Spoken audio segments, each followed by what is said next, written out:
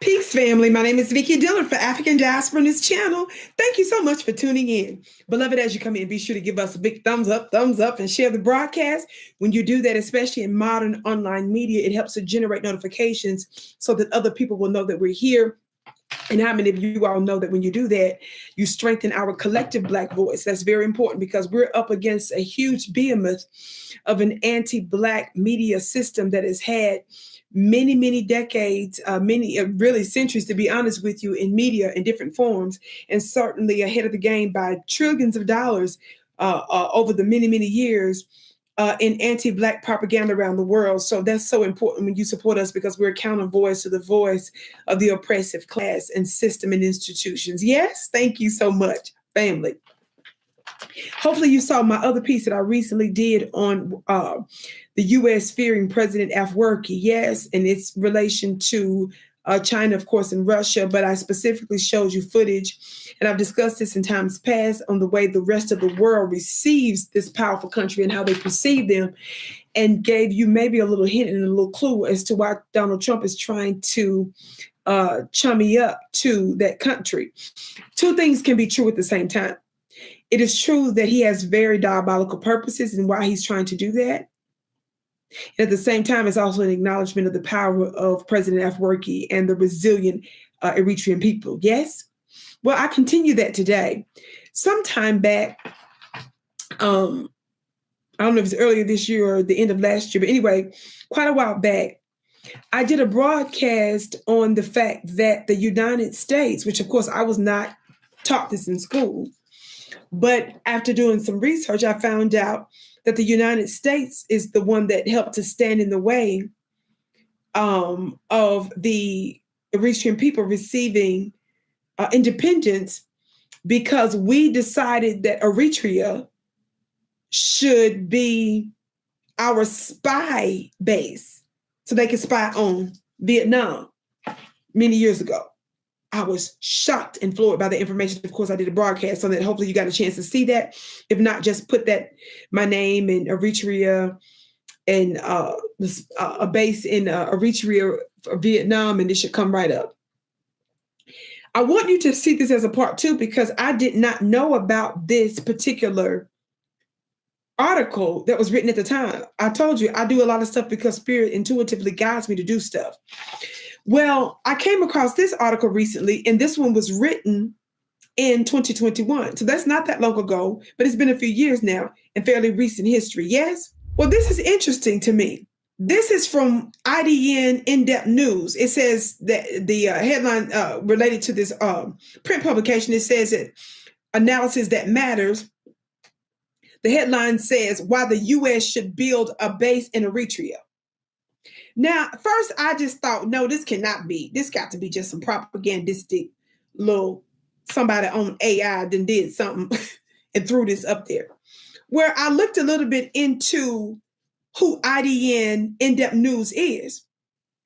Well, I found out that they're a global nonprofit media platform established in 2009 that claims that they provide in-depth reporting and analysis on issues impacting the future. It says, focusing on themes of peace, sustainable development, and global security.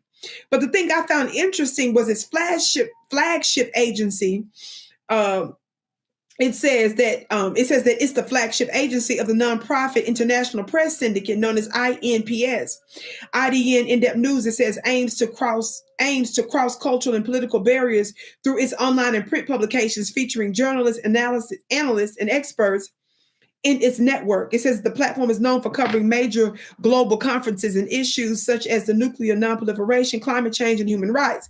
Now, let me tell you all something.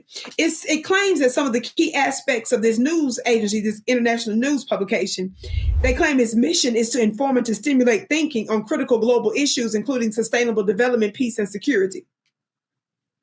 Family, the headline of this article from this publication, this international publication, says why the U.S. should build a new base in Eritrea. Sovereign, intelligent, moral, ethical, civilized human beings know that they should not even think such a thing, let alone type it up and put it out before the world to do. Those actions, that thinking, is non-civilized. That's not the nature of a thinking, intelligent human being. To just be around there talking about somebody else's country and about how you should use it for a base. Did they invite you there for the base? Did they say we're giving you options? Listen to a little bit of what they say here. And by the way, this says this viewpoint was from Daniel Hale. The United States should abandon its base in Djibouti and build a new military base in Eritrea after the communist regime in Asmara falls from power. The communist regime of 78-year-old dictator Isaias Afwerki, of course, again, this was from 2021, but at the time that this was written, the communist regime of 78-year-old dictator Isaias Afwerki has an expiration date. When the current government in Asmara is overthrown, either from a coup d'etat or the death of Afwerki, the U.S. should build a strong relationship with Eritrea's future ruler to persuade them to host a U.S. military base in Assab or Massawa. Excuse me, my pronunciation if I missed that. The U.S. has only one military base on the African continent, Camp Lemonnier, Washington's Naval Expeditionary Base, situated near Djibouti. The base has a worryingly small number of U.S. Marines when considering the Chinese military base and debt diplomacy strategy. Chinese economic and political influence in Djibouti will constrain and diminish U.S. influence, forcing Washington to concede Africa to Beijing. For example, military bases require logistical maintenance for supplies. In Africa, the U.S. relies primarily on the Dorela Container Terminal, the DCT, and I might have mispronounced it, forgive me, to serve its troops. DCT is operated by China Merchants Port Holdings, better known as CM Port, a Chinese state-owned company. Chinese economic and political influence over Djibouti threatens to reduce Africa's effectiveness in East Africa, as it will have to work around its rivals' encroachments continuously. China has a long-term strategy in Djibouti and the Horn of Africa. Washington should acknowledge prudently that a military base in Eritrea would be advantageous for both the U.S. and Eritrea's economic and geopolitical interests. The U.S. cannot continue to rely on Djibouti as a partner because over 70% of Djibouti's GDP is debt-owned by Beijing. To make matters worse, China is building a $3.5 billion free trade zone in Djibouti. Djibouti is a classical example of Chinese debt trap diplomacy. If history is any indication, Djibouti will likely end up like Sri Lanka. Where does that leave the U.S. military in Djibouti and U.S. economic, political, and military interest on the Red Sea? The answer is quite simple. Eritrea, the last remaining communist country on the African continent. Eritrea and the United States relationship was cordial after Eritrea's independence in the early 1990s. Before becoming a rogue actor in the region, Eritrea's regime was closely aligned with Washington. In 2002, the Eritrean government hired Greenberg an American law firm to lobby for a U.S. base in Eritrea. Still, Eritrean openness to more robust U.S. and Eritrean relationship fell on deaf ears because Washington wanted to avoid association with the human rights abuses and the lack of democratic norms in Eritrea.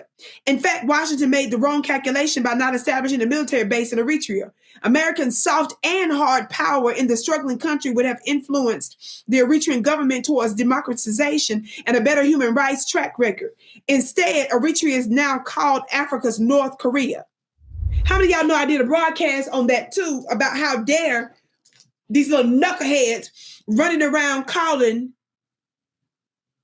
Eritrea the little North Korea.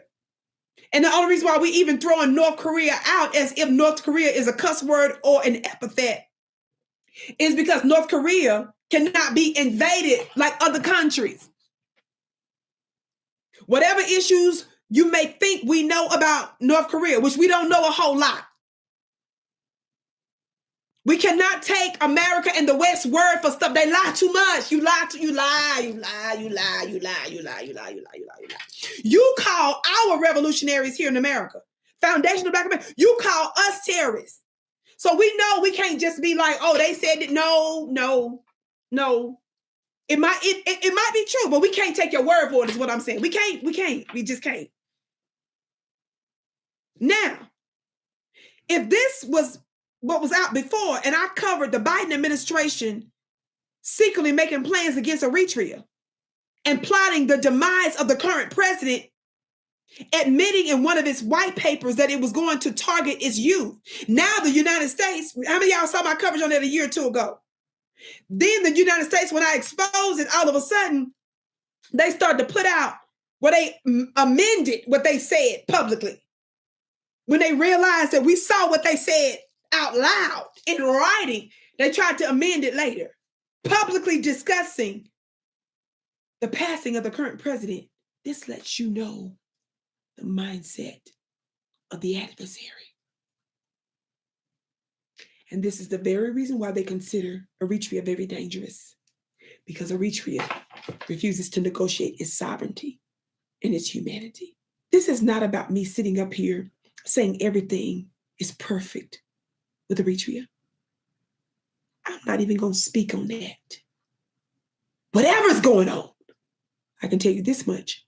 I don't believe I would be wrong to say that the greater sin and the greater anti-civilized behavior is that of the United States and the West.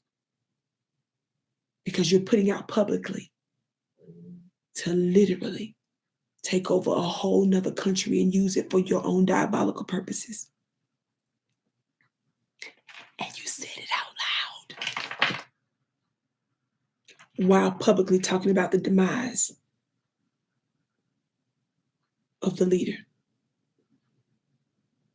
Something is very, very wrong with the people that think like that. And when you realize the mindset of the people that you're dealing with, that lets you know who you can and can't really negotiate with and why you need to be ensuring that you take care of you and your people, because you're not dealing with a sober and lucid thinking individual. I say this because I want my country to do what's right. And I can't help you do what's right playing like you right and endorsing such diabolical behavior. This is spiritually diabolical. My name is Vicki Dillard, beloved. I'm going to be doing a very powerful upcoming webinar, very in-depth, on the fact that the current Trump administration is putting military boots on the ground in the United States. And we know full well that, as is clear, I am credibly claiming, based on information and belief, that his target, in part, are Black Americans and our babies, our youth. I'm going to talk about the details of that and why we need to have the rise of the unseen Black government, the spiritual government, the ancient Black Vatican. If you want to hear about this and more, beloved, go to my website to learn the details. It's very, very affordable, very, very informative, because I'm speaking from a higher realm. Yes, go to VickiPlanet.com. That's my website, VICKIPlanet.com. Share the broadcast. I can't wait to hear what you have to say.